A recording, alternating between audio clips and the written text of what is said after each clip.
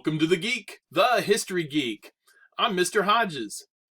Each year, right around the middle of January, many U.S. students get a day off of school. Some people get a day off from work too. But why? The calendar here says this is Martin Luther King Day. But who was he? Why do we honor him? And how did a holiday come about? When did the holiday start? Come join me as we explore this interesting January holiday. Time to suit up.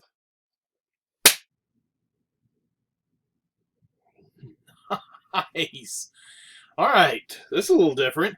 Let's see. Glasses? Check. White shirt? Check. Skinny tie from the late 50s, early 60s? Check. Let's get started then. Today's Did You Know is about the history behind the Martin Luther King holiday. Most Americans are aware that we celebrate a national holiday on the third Monday in January each year. However, many of those same Americans do not really know why we honor this great man. So who was the Reverend Dr. Martin Luther King Jr.? Martin Luther King Jr. was born Michael King Jr. on January 15, 1929, the middle child of Michael King Sr. and Alberta King.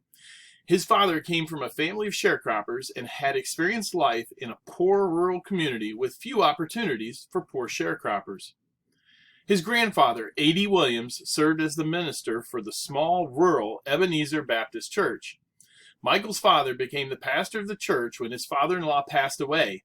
He would adopt the name Martin Luther King Sr. in honor of the famous German Reformation leader Martin Luther, and would become a successful minister too. His father actively fought against racial prejudice.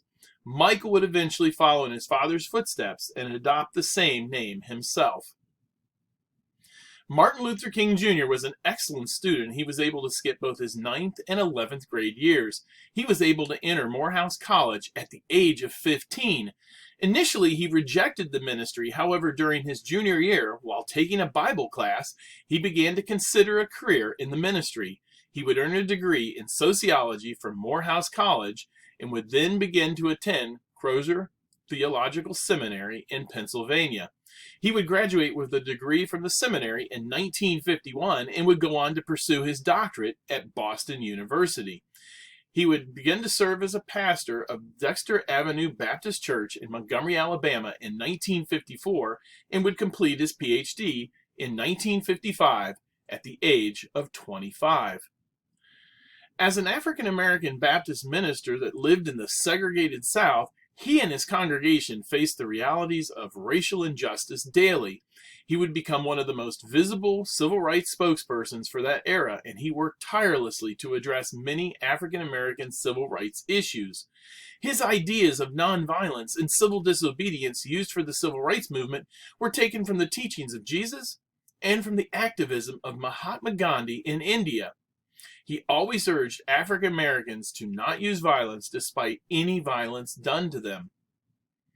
After Rosa Parks' arrest, he helped to lead the 1955 Montgomery bus boycott. Later, he worked to organize and lead the SCLC, the Southern Christian Leadership Conference, to continue to address civil rights issues. He worked to lead many marches, protests, and activities against segregation and discrimination.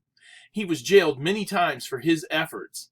In 1960, King and the SCLC would work closely with the Student Nonviolent Coordinating Committee, SNCC, that worked to organize sit-ins at segregated lunch counters. His work, arrests, and poor treatment by Southern leaders and police forces across the South gained national attention and became an issue in the 1960 presidential campaign. He is probably most famous due to his participation in the March on Washington in August of 1963. This march, done in Washington, D.C., the nation's capital, was organized to pressure lawmakers to get civil rights legislation through Congress. His I Have a Dream speech, done in front of the statue of the great emancipator Abraham Lincoln, is one of the most famous speeches, and it is one of the most powerful speeches in all of American history. He continued to work to advance the cause of civil rights up to the time of his death. He was assassinated on April 4th, 1968, in Memphis, Tennessee. But what did his work help to accomplish?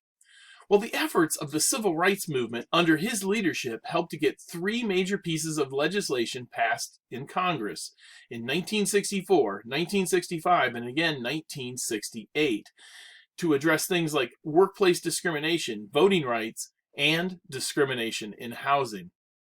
Martin Luther King Jr. has been honored many times for his contributions regarding civil rights issues. Besides many city streets, schools, and other public buildings that have been named after him in cities all across the country, and of course the famous memorial on the National Mall in Washington, D.C., he has been honored in several other ways. In 1964, he was awarded the Nobel Peace Prize for his work combating racial inequality with nonviolence. In 1977, he was posthumously awarded the Presidential Medal of Freedom by President Jimmy Carter, and in 2004, the U.S. Congress recognized Coretta Scott King and her deceased husband, Martin Luther King Jr., for their civil rights work with the Congressional Gold Medal. The first bill to declare Dr. Martin Luther King's birthday a national holiday was introduced in 1968, and despite defeat after defeat in the Congress, a bill was brought up every year for over 10 years.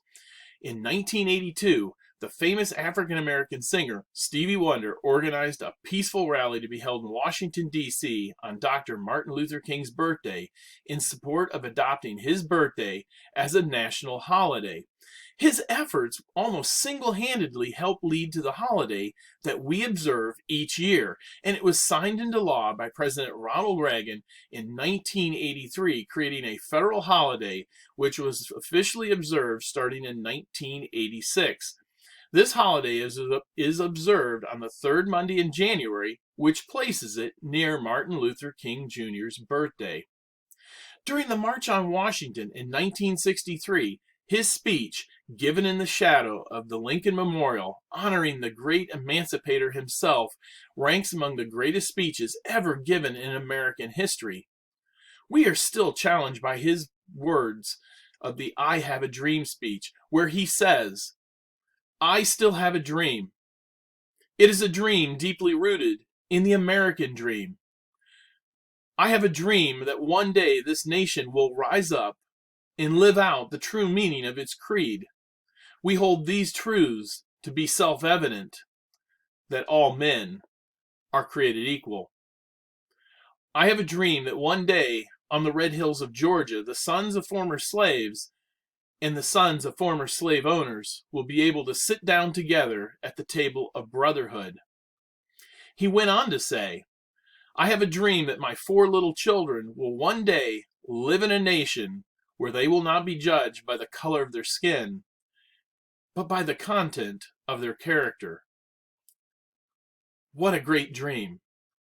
As Americans in death, he passed the baton to each of us. It is our job, each and every one of us, to work toward equality for all Americans. As we celebrate Dr. Martin Luther King Jr. Day, we should look back. As a nation, we have made much progress. However, we have much work left to do. We should follow his great example of nonviolence and unity and continue his work for all Americans. So now you know a little bit about Dr. Martin Luther King Jr., the work in which he dedicated his life, and why we honor him and celebrate this holiday. Now, I cannot possibly cover everything about Dr. Martin Luther King Jr. or this holiday, so if you want to know more, I urge you to research it for yourself. As always, if you've liked this video, I would encourage you to share it with others, and please vote for more history by giving it a like. I want to take a moment to thank all of the people that have supported the channel by subscribing, and urge new viewers or those that have not yet subscribed to please do so. Be sure to click on the bell to receive all notifications for future videos. There's a lot more history to explore. Well, that's all for now. So until the next time when I ask the question, did you know? I am Mr. Hodges, and this is the History Geek.